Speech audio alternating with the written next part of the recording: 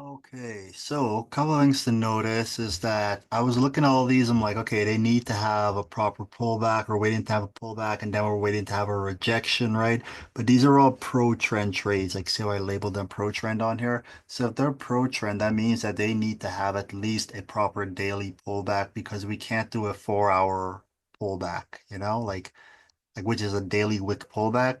So see how we need this to actually have a pullback. So once this actually has a pullback, that will mean the 4 hour will have a deeper pullback. Maybe the 4 hour wants to pull all the way back. Who knows how far it wants to go?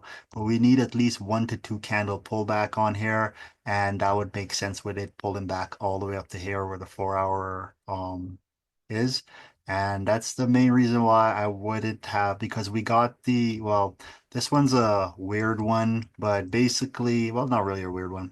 Kind of simple to say. So this candle here, this is when we got the engulfing candle, right? The engulfing candle opened up at 11 p.m. and then it closed at the end here, which is when this candle opened up. So it closed at 3 a.m. So after 3 a.m. is when we can look for the accumulation break retest. So after 3 a.m. is right here or at the same time. So right here, this is invalid for me because you have this engulfing and then pull back, which violated the neckline and then engulfing again. But after here is where we could be looking for it, but we would need some sort of internal shift trigger and then drop down from there or do it before we break here. Anyways, let's go back to the daily. So basically all of these, like all these active ones here had to exit, which is a good thing. So this is a pro trend trade. So you need a daily pullback for this first, right? Because if like you didn't, the daily breakout was here. If you didn't catch the wick on here, you're not going to catch it anywhere else, like it was all the way back here. So you need to then have a daily pullback. And that would make sense because if the 4 hour, this is where I wanted to enter on here. But we didn't do that. I just kind of wanted to see how it's going to play out, but we're not gonna do that. This is a pro trend trade, so you need a proper daily pullback. The proper daily pullback now would be, like I said, if it's going to be around here, because this is the 4 hour, well, the 4 hour made a new high or low. This one's weird. The 4 hour is going to need to pull back very deep because because it's pro trend, the daily needs at least 1 to 2 candle pullback, right? So if it's going to have 1 to 2 candle pullback, who knows where it's going to go, but basically the 4 hour is going to end up shifting or coming all the way back here. Let's see if we do it like this. If the 4 hour can come like, oh, see, we can't even take an entry on here right now because we already tapped into that. So if we get an entry here, it doesn't make sense.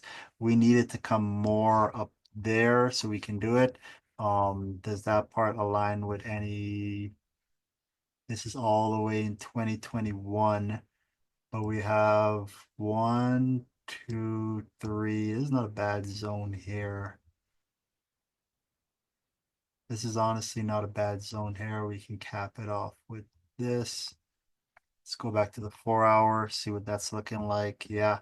Okay. So then that's the daily area of interest right there.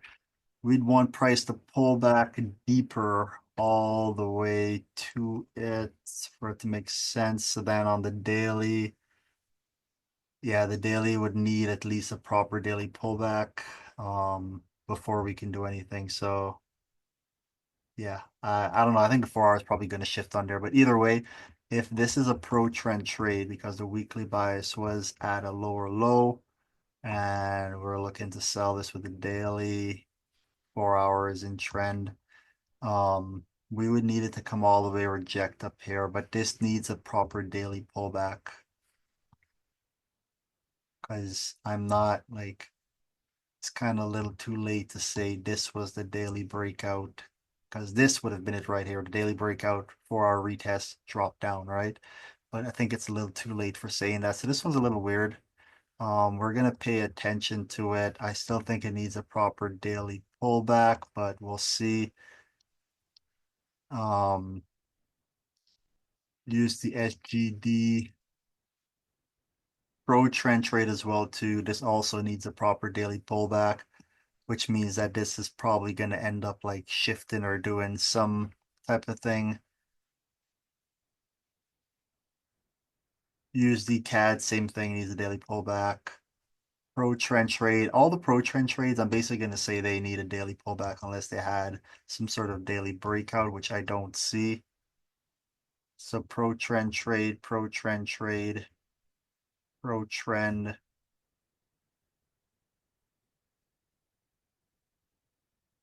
So I think all of these need like a proper daily pull. You see, Euro GBP is the only one that's kind of doing it. So when it pulls all the way back, basically it has a have a nice deep retracement all the way back to this level, which means the daily is going to have a pullback.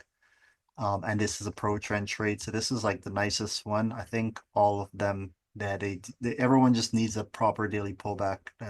This is a counter trend one, so we only need a proper 4 hour pullback on this. So we just need a nice like 4 hour pullback rejection, and then we can take this down. And yeah, I don't even know. Daily here we have a daily breakout as well too. So we just need a nice proper 4 hour pullback for Euro HUF. So that 4 hour pullback could look something like that, pull back to here, and then we can look at taking that up. And Euro, nah, nothing. And a repro trend. So this definitely needs a proper daily pullback, which would mean that the 4 hour would probably want to pull back deeper. So this, if it pulls back like this closes, we need 1 to 2 candle pullback. So that's not going to happen. We got 6 hours left for this candle here. Even if it does close like this, it still needs to pull back. So this is not ready. This needs a proper daily pullback.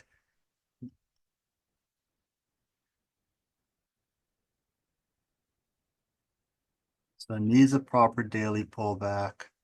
That can go into here. Basically, yeah, okay. So all of these, so USD SEK needs a proper daily pullback. Needs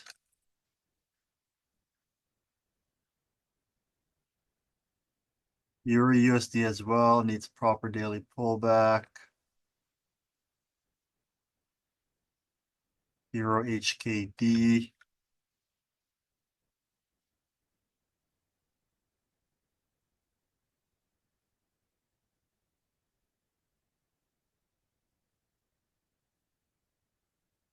USD DKK. USD JPY needs a proper daily pullback. USD CZK needs a proper daily pullback.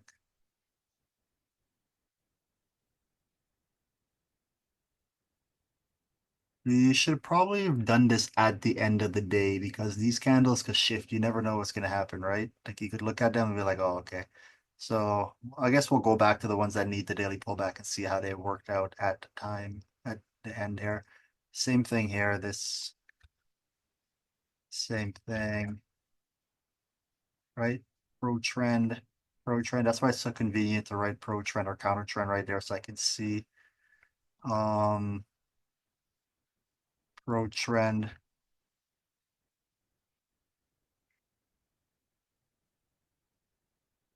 pro trend.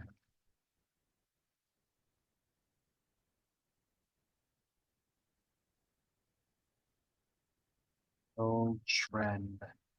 So yeah, that's why everything kind of looks weird because they're pro trend and they haven't had the proper daily pullback yet. So yeah, we're just waiting for that to happen. And then we'll take it from there.